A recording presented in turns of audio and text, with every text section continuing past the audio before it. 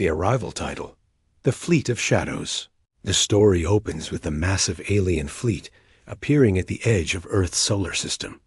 Commander Rex of the Galactic Union leads the invasion force of 9,900 ships, believing humans to be a primitive species based on outdated intelligence reports from 200 years ago. The aliens, called the Vortons, have conquered dozens of worlds using the same strategy.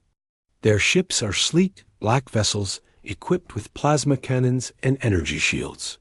Rex reviews the mission briefing that shows Earth as a planet of simple farmers and early industrialists. On Earth, Dr. Lisa works at the Global Defense Network, headquarters in Colorado. She detects the massive fleet on long-range sensors and immediately alerts General Park. The human defense fleet consists of only 300 ships, but they carry something the aliens don't expect. The Vortons begin their standard invasion protocol. They send a surrender message demanding Earth's immediate submission. When humans refuse, Rex orders the first wave of 1,000 ships to advance toward Earth's moon. Captain Tom leads the first human defense squadron to meet them. His ship, the Phoenix, carries experimental quantum torpedoes that can phase through energy shields. The humans have spent decades preparing for this moment, studying wreckage from previous alien attacks on other worlds. The first battle begins near the moon. The Vortons expect easy victory, but the human ships move with unexpected speed and coordination. The quantum torpedoes punch through Vorton shields like they don't exist. In the first engagement, 200 alien ships are destroyed, while only 15 human vessels are lost. Rex watches in shock from his flagship as his advance force retreats. He realizes the intelligence reports were catastrophically wrong. These humans have technology that rivals their own, and they fight with a ferocity the Vortons have never encountered.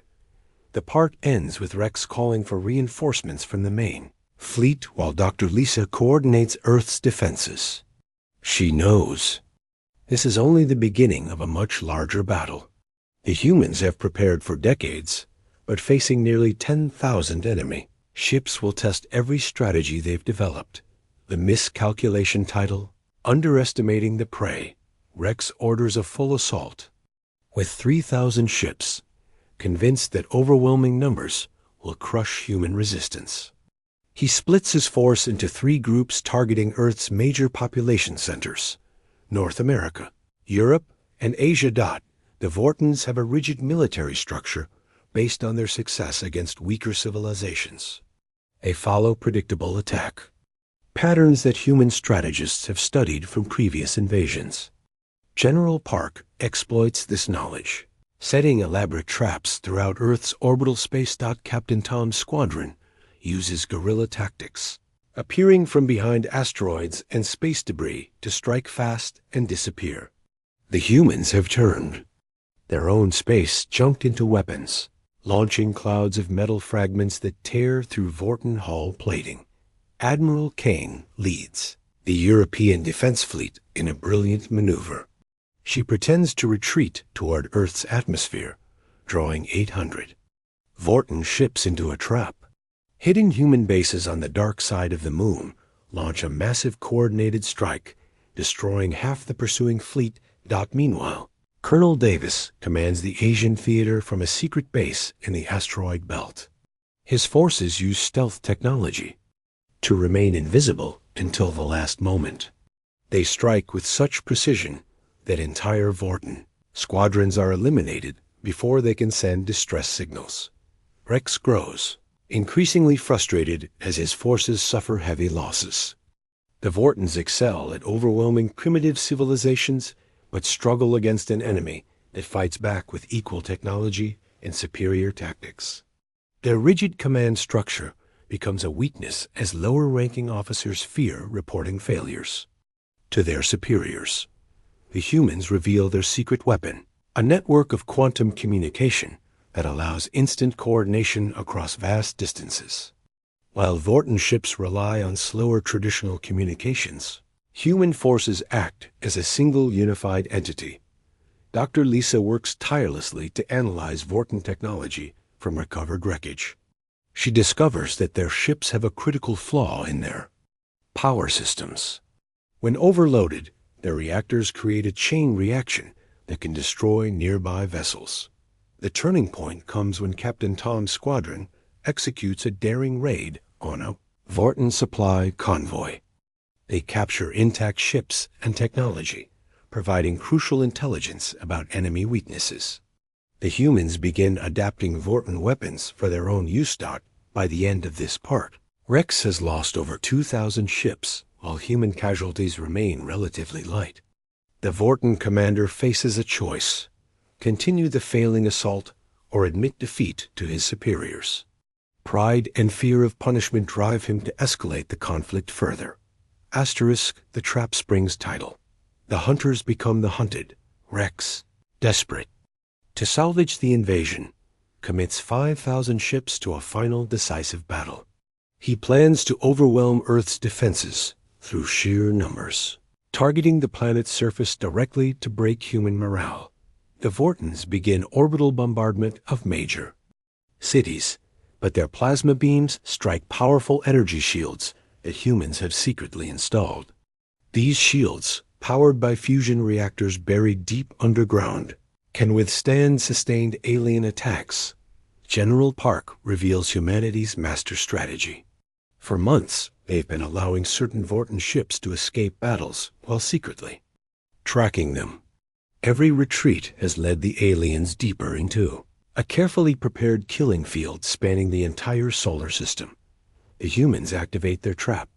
Hidden weapons platforms throughout the asteroid belt come online simultaneously. Thousands of automated defense drones swarm the Vorten fleet from all directions. The aliens find themselves surrounded in a sphere of deadly crossfire. Captain Tom leads a strike force directly at Rex's flagship. The human ships move in perfect formation, their quantum torpedoes creating gaps in the Vorten defensive lines. The aliens' numerical advantage becomes meaningless in the confined space of the trap. Admiral Kane executes a brilliant pincer movement, using Jupiter's gravity well to accelerate her ships to incredible speeds.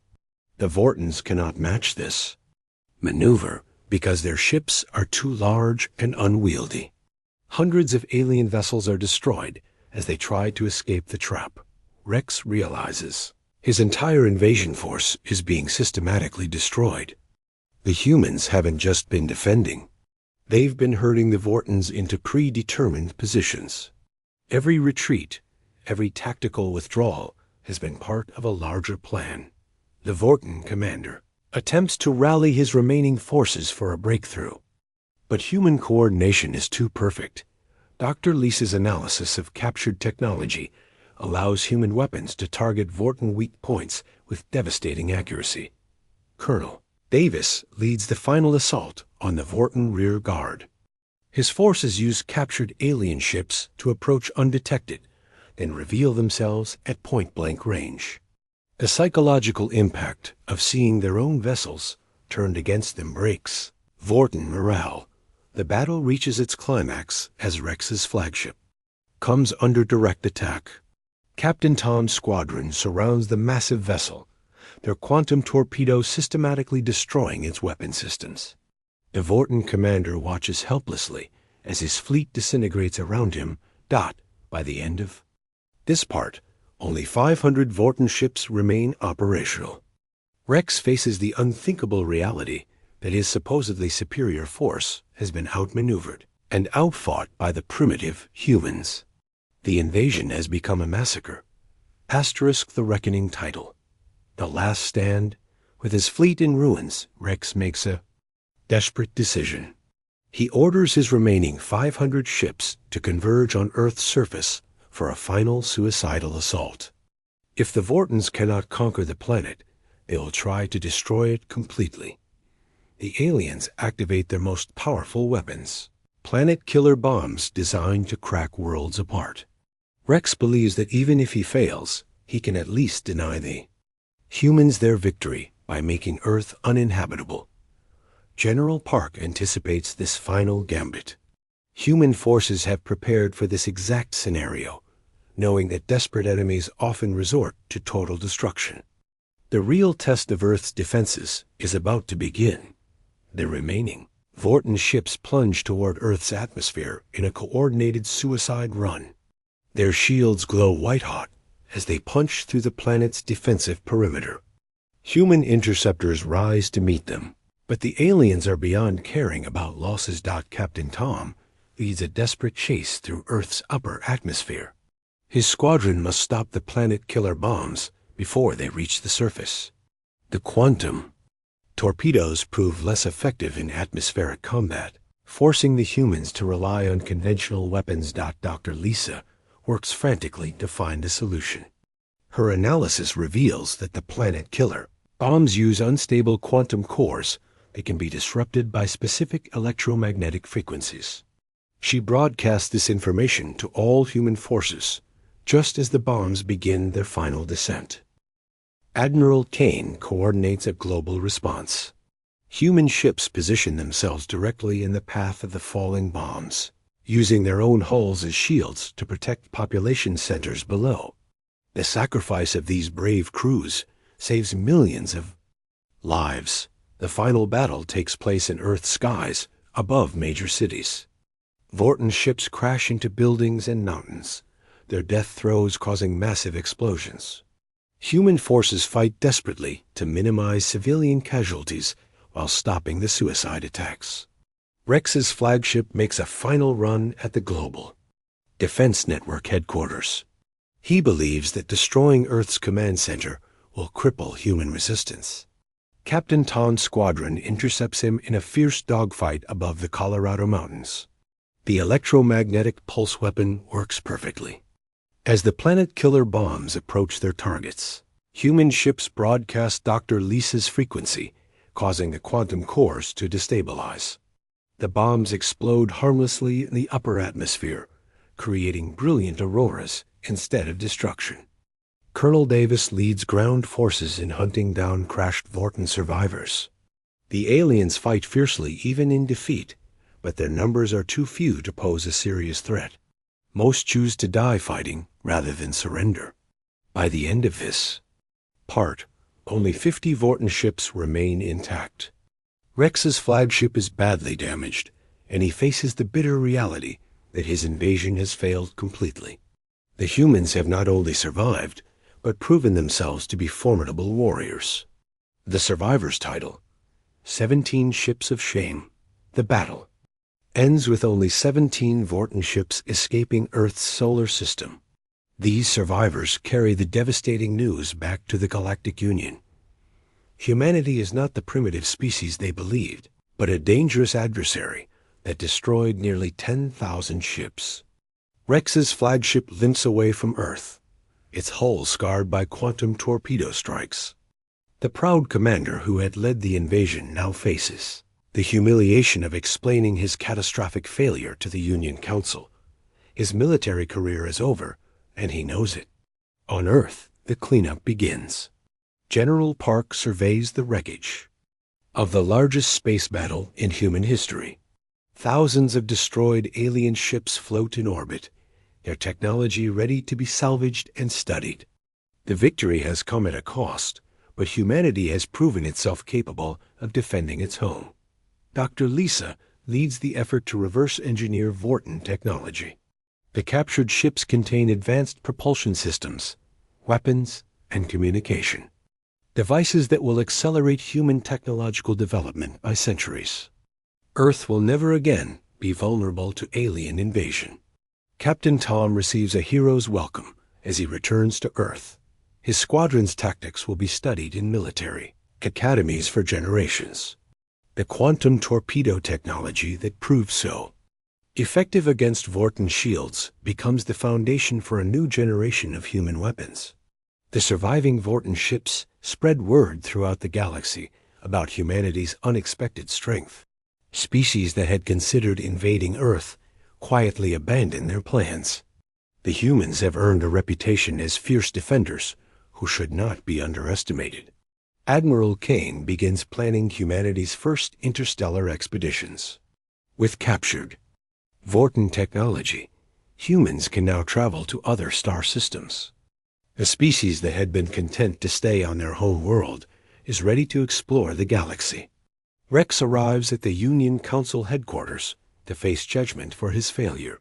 The other alien leaders struggle to understand how such a massive fleet could be defeated by a supposedly primitive species. The intelligence reports about Earth are immediately updated. The story concludes with humanity's transformation from a defensive species to an emerging galactic power.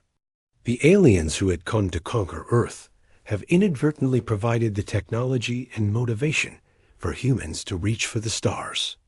Colonel Davis establishes the first human colonies on captured Vorten worlds. The aggressive species that had sought to destroy Earth now finds itself on the defensive as human exploration fleets venture into previously alien territory. The final scene shows Earth from space, no longer isolated, but connected to a vast galactic community. The planet that had seemed so vulnerable now stands as a beacon of human determination and ingenuity. The invasion that was meant to end human civilization has instead marked the beginning of humanity's expansion into the cosmos. The 17 surviving Vorten ships serve as a constant reminder throughout the galaxy. Underestimate humanity at your own peril. The species that had seemed like easy prey has proven to be apex predators in their own right. Asterisk.